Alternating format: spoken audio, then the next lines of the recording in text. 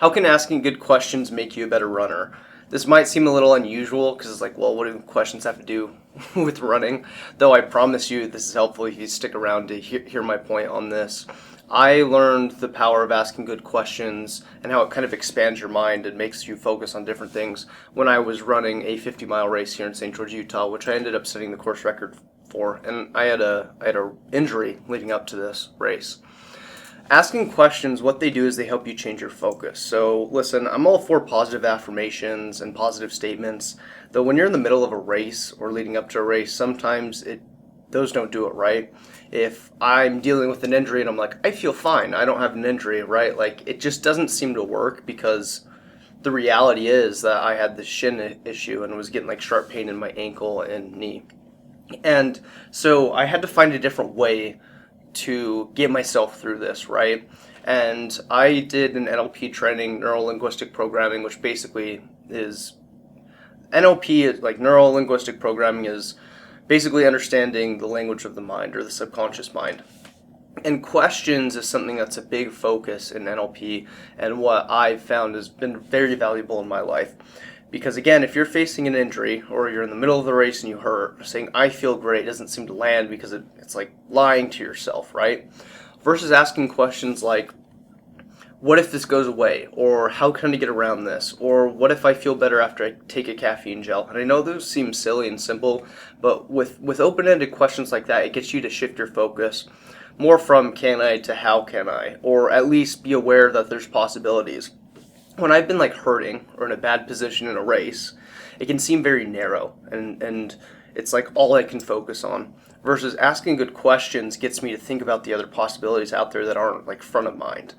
So leading up to this race, this 50-mile race I set a course record for, I was having the shin issue and I was training, and what I was trying to focus on is the what ifs, like the possibilities, right? Because I didn't think I was going to do well, but I had already set my mind to this course record. I had been thinking about this for a year. I had done this challenge leading up to the race, and I ended up doing like 212 miles in 1 week, and I think that definitely took a toll on my body.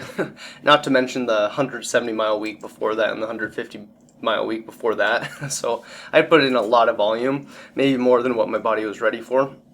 And so I had to focus on the possibility because I had put the training in, like my running system was good. Like I was pretty fit and fast, but it was the physical injury that was getting in my way. And so I just started asking myself, well, what if I feel better the day of? What if that's all I need? What if I am able to push through it? Things like that would get me to think about the possibilities. And it's not that the possibilities are actually going to happen. It just takes you out of that narrow focus. And so on race day, my shin felt okay, like I didn't notice any issues.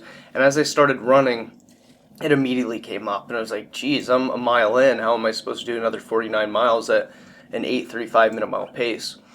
But I asked myself, what if this is, just me warming up? And like, what if I feel better when I drink some caffeine? Or what if my body warms up and I feel better, right? These questions got me to focus on different things, and I think the power of the questions is it keeps it open-ended opposed to a statement, which is very certain, right? You will feel better. But if I don't feel better, like if I was like, you will feel better as you warm up, and I don't, well then it seems like, I don't know, that's just like demoralizing, right? Because you thought something was going to happen or you said something was going to happen and it doesn't. Questions keep it open-ended, then there's no pressure because it's hypotheticals, it's what ifs. Or really just, it's not even just what ifs, but it's something that makes you think differently. And questions are amazing in sales or in any area of your life. I've just found these super helpful in racing or maybe even with training, right?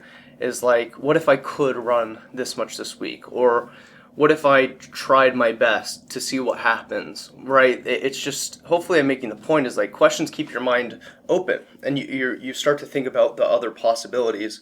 And so it takes you out of like the negative sometimes because you're like, well, answering that question in your mind, you're thinking it's possible or maybe that's on the table. And it worked for me. I mean, obviously I had been training super well and I had been doing speed work and getting ready for this race.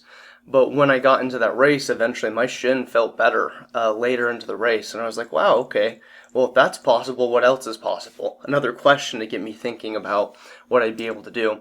And I was in like second place up until the halfway point, and I think around like maybe 30, 40 miles in, I took first place and was able to set the course record. So I ran 50 miles in 7 hours and 11 minutes. That's an 8:35 minute mile average.